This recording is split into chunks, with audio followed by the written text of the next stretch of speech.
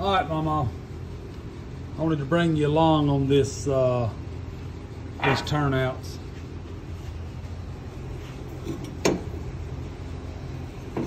So these here are from Spell Lab, 2 1/4. And what I've got going on here is I took an old piece of pipe and split it and drilled some holes. And if you've ever made a mark to try to get a perfect mark around a pipe, you'll know what I mean. This right here I can mark around and make it perfect. And then I'll move it down, I'll measure, and I'll move down to the next spot. Okay, so after that's out, after I cut this section out right in here, this piece will go in like in there. Then, because I'll butt weld the 2 pieces of pipe, then where it welds together, I'll slide the piece that I made over the seam so that the hole right there has got the seam exposed, and it will hold it perfect so that I can tack weld under here. And then I'll probably just loosen it up, drop it down enough that I can TIG all the way around it. Stay tuned. So I got my lines marked on both pipes.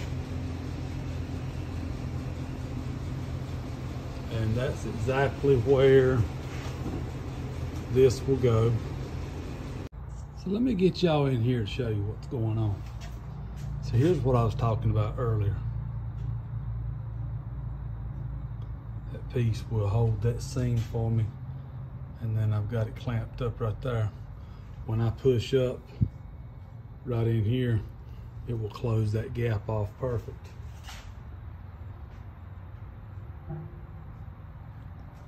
So I prefer TIG welding.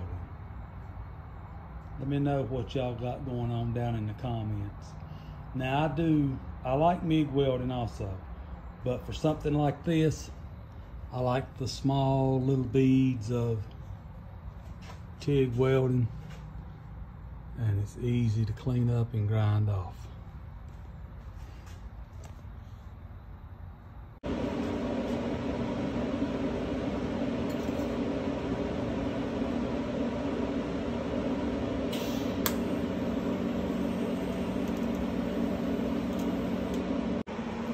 All right, so we got it tacked together.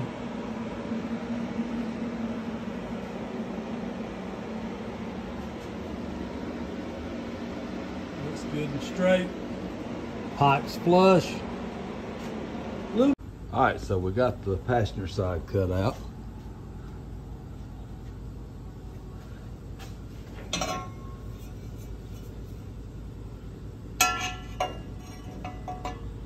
Go in just like that.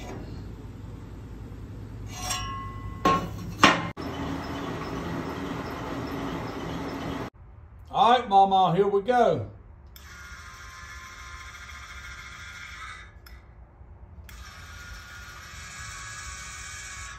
Yeah, those are nice. These here is on a key fob. So let me show you what I got, what I ended up with.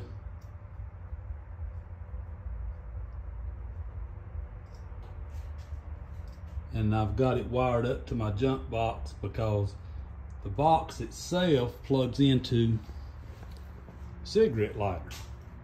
Or you could cut that off and wire it into a 12-volt keyed. And here's the passenger side.